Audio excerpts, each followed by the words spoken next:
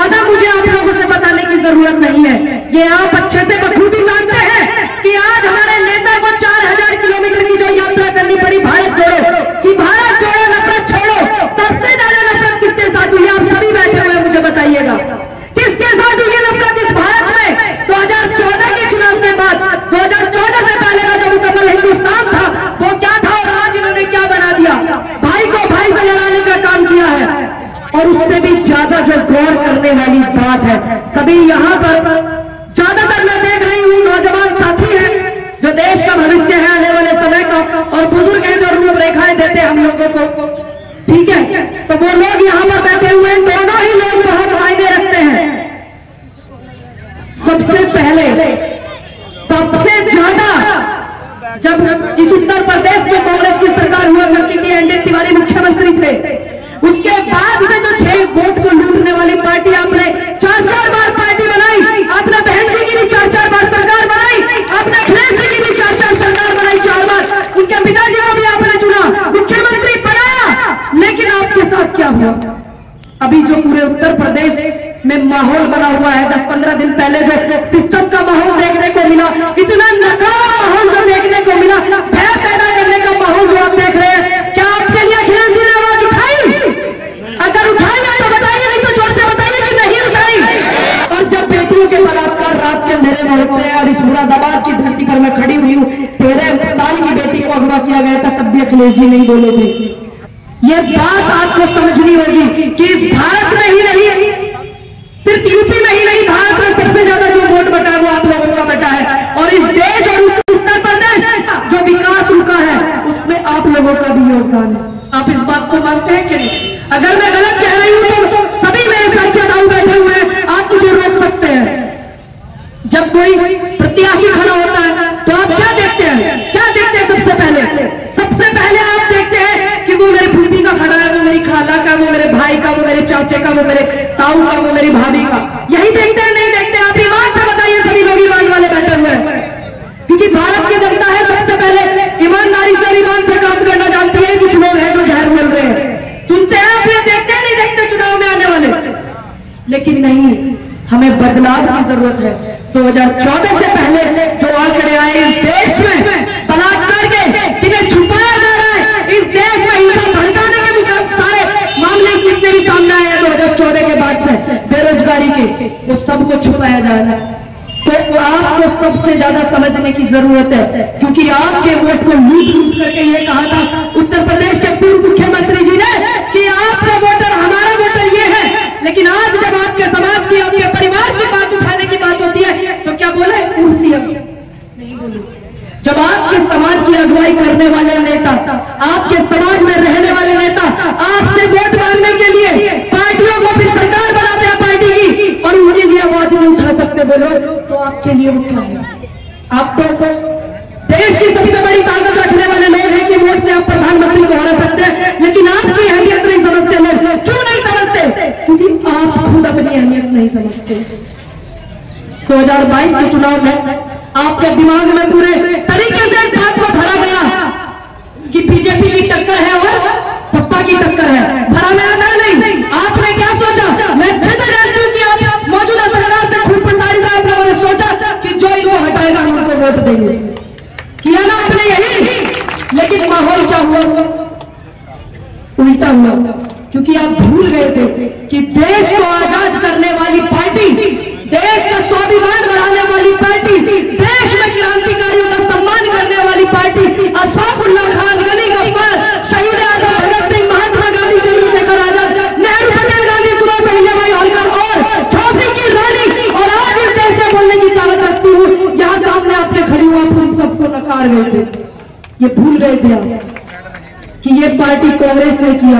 आज यहाँ बोल रहे हैं, माहौल ऐसे डर का किया हुआ है, लोकतंत्र में आप बोल नहीं सकते, आंदोलन नहीं कर सकते, अपनी आवाज नहीं उठा सकते, आपको आतंकवादी घोषित कर दिया जाता है, और फिर भी आप नहीं समझते कि आपकी आवाज को कौन उठा रहा है। एकमात्र पूरे देश का जब आप रिकॉर्ड निकालेंगे, आप उत्तर प्रदेश से भी बाहर निकलिए, तब आपके यहाँ का विकास होगा, आपकी बात को रखा जाएगा, फिर आपकी पूरे हिंदुस्तान में जो माहौल आप देख रहे हैं उस माहौल में बदलाव होगा। ये कौन कर सकता है?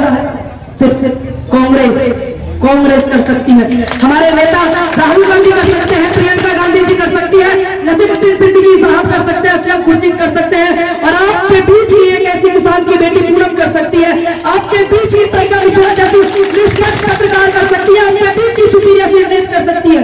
ये काम अजीज अंजुम जैसे लोग कर सकते हैं, लेकिन वो आपको बार बार समय पर समझाते हैं अपने पत्रकारिता के धर्म को निभाने के लिए, लेकिन आप नहीं समझते उनकी बात।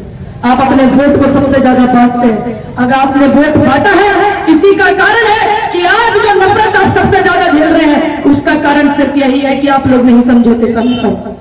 अब आप ध्यान में रखिएगा, आपको ध्यान में रखना है 2024 का वो चुनाव कि आप या फिर 24 में एक तानाशाह को प्रधानमंत्री बनाएंगे या राहुल गांधी को बनाएंगे, ये तय करेगा यहाँ का चुनाव।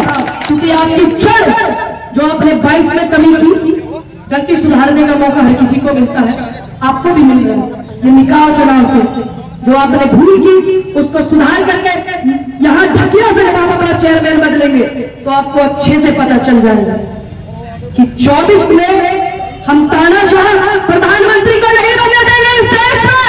ये नींव यहाँ से ढकिया से रखिए, ये नींव इस पावागढ़ मुरादाबाद से आप रखिए, ताकि आपका एक उत्तर प्रदेश में अहम नाम रहे कि देखिए 24 में 22 में जो हुआ उसकी भूल को सुधारा के लोगों ने।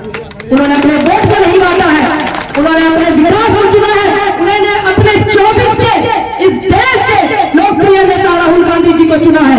इस बात से मत घबराइएगा कि राहुल गांधी जी की सदस्यता चली गई है, इंदिरा जी की भी गई थी, बुजुर्ग बैठे हुए हैं, गई थी। और मैं आपको एक बात और कहना चाहती हूं, जो वोट बंटने वाले लोग हैं, ये हमारे नौजवान सबसे ज्यादा गलती करते हैं। आपके बीच में खुद आपके अपने बनकर के ऐसे लोग आएंगे जिन्होंने हमेशा से आपको और आपके समाज को और आपकी बरादरी को छला है। एक देश में सिर्फ राहुल गांधी आपकी आवाज को उठाते हैं और उनका क्या हो जाता है, सदस्यता रद्द हो जाती है। सदस्यता रद्द होने के बाद उनका तुरंत मकान खाली हो जाता है। वोट होने वाली बात है, नौजवानों से कह रही हूँ जो वोट को बहुत जल्दी बांट देते हैं, बुजुर्गों की बात नहीं सुनते हैं। हो गया ना कितनी जल्दी। मैंने अपनी 26 साल की उम्र में इतना फास्ट फॉरवर्ड कानून भी नहीं देखा जितना अब चल रहा था, इतनी जल्दी। क्यों? सिर्फ उन्होंने आपकी आवाज को उठाया था, आपकी आवाज को बुलंद किया था, इस भारत के भाईचारे को बुलंद किया था। यही उनका कसूर था ना। ये कांग्रेस के नेता है, इस तरीके के जो कसूर हैं ये करते रहते हैं ये इस तरीके के कसूर, क्योंकि ये देश में शांति चाहते हैं। और आपके बीच में कुछ नेता आपके अपने बनकर आएंगे, थोड़ा सा जहर घोलेंगे और चले जाएंगे, और फिर आप अपने वोट को बांट दोगे। बैरिस्टर साहब क्या कहते हैं वो, बैरिस्टर साहब कि हमारे समाज ये नहीं हुआ और वो नहीं हुआ, कहते हैं कि नहीं, बैरिस्टर साहब कहते हैं ना, लेकिन दिन रात टीवी पर बैठकर गरियाने वाले बैरिस्टर साहब सरकार उन पर जरा सा मुकदमा नहीं लिखती, और सोचिए राहुल गांधी जी की सदस्यता को रद्द करती है तो कितना बड़ा छल होगा इस बात में। इसलिए आप उनके बहकावे में मत आना।